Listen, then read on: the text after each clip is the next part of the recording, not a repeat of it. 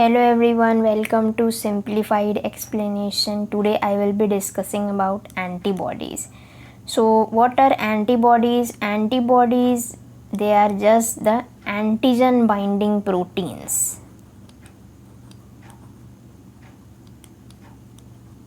Antigen binding proteins. And these antigen binding proteins, they are present on the B cell membrane, and also they are secreted by the plasma cells. Secreted by plasma cells.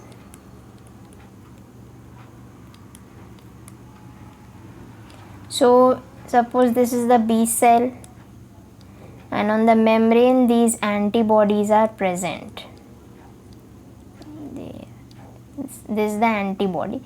So when this antibody, when they interact with any kind of epitope of the antigen, then what will happen? Antigen specific proliferation of B cell clone will occur. That is, different B cell clones will be produced by having the same antigen specificity. So we can see that it's having the B cell clones are produced having the same antigen specificity, and here the antibodies which are secreted by the plasma cells, they circulate in the blood. They circulate in blood and they neutralize the antigen. So these antibodies, they are produced by the B cells, and therefore they are considered to be the part of the adaptive immune system. So antibodies, they are known as immunoglobulins. Now why these antibodies are known as immunoglobulin? Let us understand this with one experiment. What the scientists did was that they immunized a rabbit. Immunized rabbit with one of the protein, that is ovalbumin. Ovalbumin. Now this, when this ovalbumin was injected, there was a production of the antibodies against this ovalbumin. So now the serum was containing anti-ovalbumin. So the scientists, they obtained anti-ovalbumin. Anti-serum, anti-ovalbumin. Why it's called anti-ovalbumin? Because it is containing antibodies against the ovalbumin. Now this serum, it's divided into two aliquots. First aliquot was subjected to electrophoresis, and that different peaks were obtained after electrophoresis. So if we see in this diagram, we can understand that this blue one is the peak of the first aliquot. Here the x-axis, in the x-axis shown absorbance, and in the y-axis it has been shown migration distance. So we can see that albumin is having the highest absorbance, and other proteins are globulins. So alpha protein is there, alpha protein, beta globulin protein, they are present in small fraction, and if we see gamma globulin is present, it's present in high concentration. So this was the analysis. Then second aliquot, here if they have divided in two parts. So first was subjected to electrophoresis and peaks were obtained, and in the second, what they did was serum was interacted with the antigen. Now the serum was containing the antibody. We know antibody against what? Antibody against the ovalbumin, and antigen will be what? Antigen will be ovalbumin. So when these antigen and antibody will interact, what will happen? Precipitate will form, and this precipitate will be removed by centrifugation. It was removed by centrifugation. So what will be remain after that? Only those proteins, only those serum proteins which did not interacted with the antigen, they are only present. Now these proteins will be subjected to electrophoresis, and again peaks were obtained. So here if we analyze the peak, the black one, it's the second aliquot. So again the albumin was in high concentration, showed high absorbance. Then here alpha also similar peak was there, but in gamma there was a decrease in the peak. If we see the black one, there is a decrease in the peak. So here what they observed was majority of this gamma globulin was interacting with the antigen. That means that this gamma globulin contained antibodies. Since these antibodies, they are the part of the globulin family, that's why they are known as immunoglobulin. So this is how the antibodies are known as immunoglobulins. So how we can define the antibody? Antibody belong to a group of globular proteins, and now only we have seen, of serum and plasma, and they are therefore known as immunoglobulins. It consists of two identical heavy chain and two identical light chain. That is, if we see the structure, we can know that it's having two heavy chain, identical heavy chain, and two light chains. So this is the heavy chain, and this both are heavy chain. This is the light chain. So long one is the heavy chain and short chains are the light chains, and they all are connected to each other with the disulfide bonds. So it consists of two identical heavy chains and two identical light chains that recognize a particular epitope. Epitope, what is epitope? It's the part of the antigen. Part of the antigen which interacts with the variable region of the antibody. And what is that part which is part of the antibody which interacts with the epitope? That is the paratope. So paratope is the part of antibody, and in antigen it's having the epitope which interacts with the paratope. So here they recognize a particular epitope on an antigen and facilitates the clearance of that antigen. Now let us understand the structure. So in the structure we can see that it's having two identical heavy chain. This is the heavy chain, this is the heavy chain, and two identical light chain. Now the heavy chain has a molecular weight of 50,000. Similar with the case of another heavy chain, both are having 50,000. Light chain, it's having molecular weight of 25,000, and similar is the case of with the another light chain. Now both these heavy chain and light chain, they are connected to each other with the help of disulfide bond. So here we can see it's a disulfide bond is present, disulfide bonds. And also the heavy chains, both heavy chains are also connected to each other with the help of disulfide bonds only. Now here we can see in the light chain as well as in the heavy chain, we can see that intra-chain disulfide bond is also present. This is the intra-chain disulfide bond. Intra-chain disulfide. Here we can see in the light chain this, again in the heavy chain also it's also present. So there are many intra-chain disulfide bonds. Now in the structure, so they are forming a heterodimer. Both the heavy chain and the light chain, they are combining together and they are forming a heterodimer. So if we see the structure, what is the shape of this antibody? The shape is Y shape.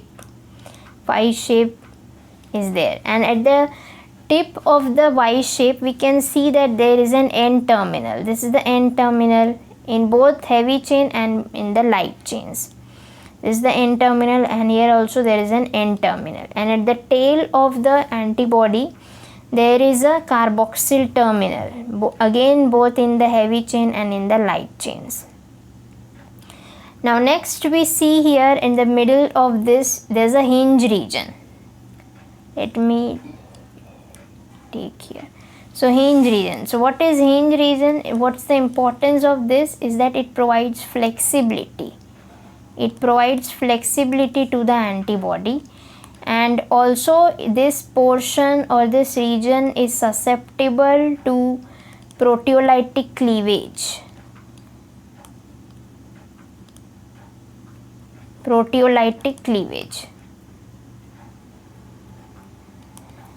So here this was about the hinge region. Now if we see the FAB region, this portion is the FAB region, and the lower portion constant region is the FC region. So FAB region, it's containing one variable region and one constant region. We can see this is the constant region, this is the variable region.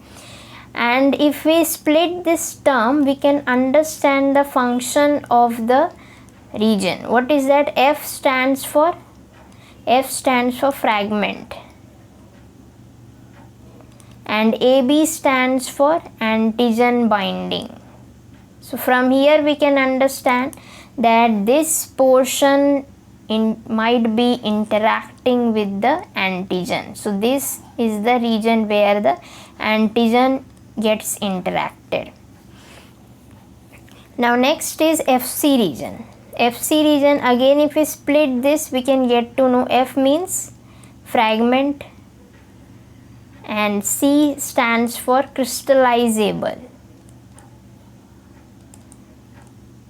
because it crystallizes easily. Now what is the function of this portion is that it binds with the cell surface receptors called as FC receptors, which are present on the phagocytic cells or immune or other immune cells, and some complement proteins also, and this allows the antibodies to activate the immune system.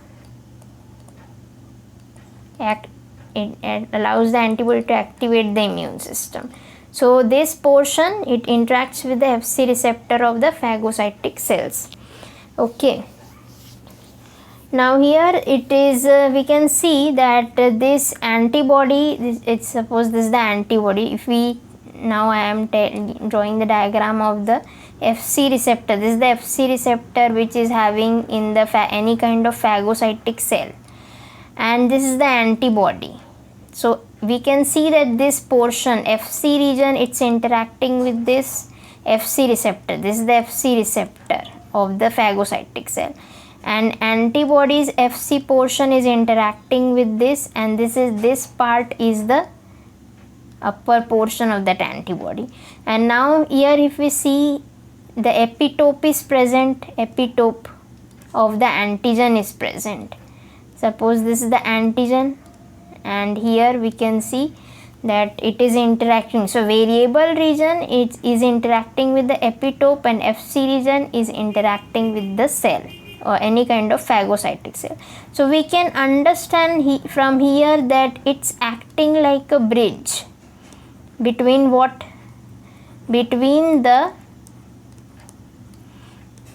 epitope of antigen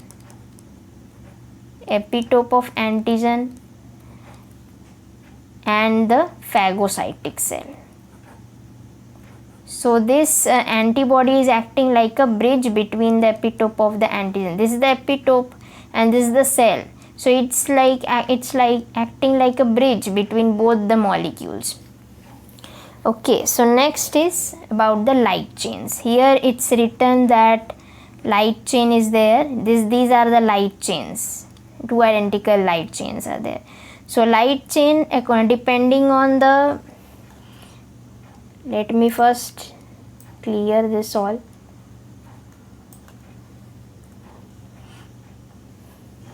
Now here the light chain according to the constant region. Light chain according to the constant region, it's divided into two parts. or it's of two types, kappa or lambda.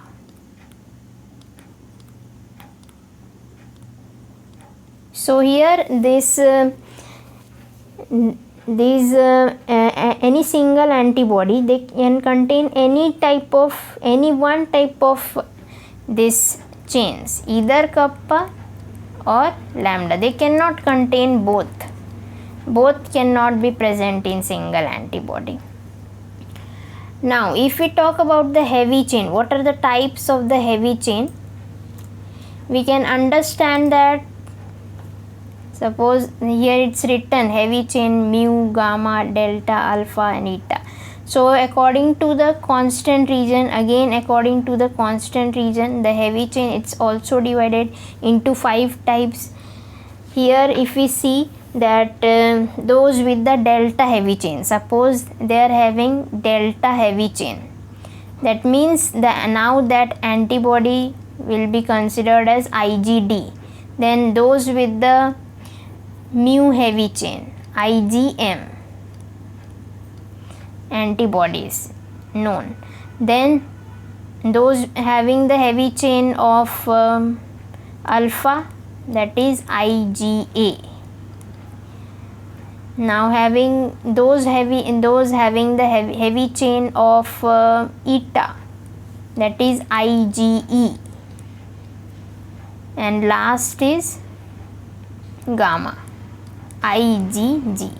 So based on the constant region, they have been classified into different categories. We will discuss it in the later lectures. Now let us move to next part. So here we can see that this is the 3D structure of the antibody. This is the 3D structure of antibody. This portion, if we see, it's showing like a Y-shaped structure. Here this is the FAB region. FAB, as I have told you, that's the antigen binding fragment that binds with the antigen binding site. Again, at both the side FAB regions are present. Here this is FC region is present. FC, that will bind with the FCR. That's the FC receptors of the phagocytic cells. It's having heavy chain. This dark blue region, it's the part of heavy chain. This small portion is the hinge region, which provides flexibility to the antibody. And light blue region, if we see, this is the portion of the light chain. Okay, so this is just the diagram shown in 3D way. Next is structure of domain. So here we can see that this is the heavy chain, light chain, heavy chain and light chain. So heavy chain, it's all the heavy chain and light chain, they're folded into a domain. We can see this folded into a domain. Now this intra-chain disulfide bond, they are forming a loop of 60 amino acid to form a functional domain. Okay. Now next we will talk about the function of each domain. So here first is CH1 and Cl. What is CH1? If we see in this diagram, CH1, this portion, and second is Cl. What is the meaning of this Cl? Cl means constant region of light chain, and CH1 means constant region of heavy chain. Okay, so here these, what's the function of CH1 and Cl is that they extend the antigen binding arm so that there can be proper interaction between the antigen and the antibody. Okay, and they maximize the ability of the antibody to bind more than one site on multivalent antigen. Next is hinge region. Where is the hinge region present? This portion is the hinge region. So hinge region is rich in, first it's rich in proline amino acid. So proline amino acid will provide flexibility to the antibody. so that it can make different kind of angles to interact with the antigen. And second is it's also rich in cysteine, so that it can form disulfide bond and it can hold two heavy chains together, and disulfide bonds also. So this was about the function of the domain of one of the two domains. Next is carbohydrate chain. This red color molecule which is shown in the diagram, this is a carbohydrate molecule. Now what is the function of this carbohydrate molecule is that these oligosaccharide side chains, they prevent the two heavy chains from nestling close to each other. Okay, they prevent from nestling close to each other. Next is carboxyl terminal domain. Now there are two different types of carboxyl terminal domain in different in different antibodies. In secreted antibodies, this carboxyl terminal is different, and in membrane bound antibody, this portion is different. How it is formed? It's formed, the different forms are formed due to alternative splicing. What happened is that if we see in the secreted form, the carboxyl terminal is having a hydrophilic segment. This is the carboxyl terminal and it is containing a hydrophilic amino acid sequence. And if we see in the membrane bound form, we can see that this hydrophilic segment, it has been replaced by three portions. What are the three portions? First is the hydrophilic, the outer, the extracellular portion, that's the hydrophilic region. Then this portion is the hydrophobic transmembrane region. This is the hydrophilic, and this is the hydrophobic transmembrane region. And a very small amount, just 2 to 3 amino acid cytosolic tail is present. So in membrane bound, there is a different carboxyl terminal domain, and in the secreted form, the carboxyl terminal domain is different. So from here we have understood that what are antibodies, why these antibodies are called as immunoglobulins, and we have also seen the definition and structure of the antibody and different functions of the domain. So hope it helped you all. Thank you.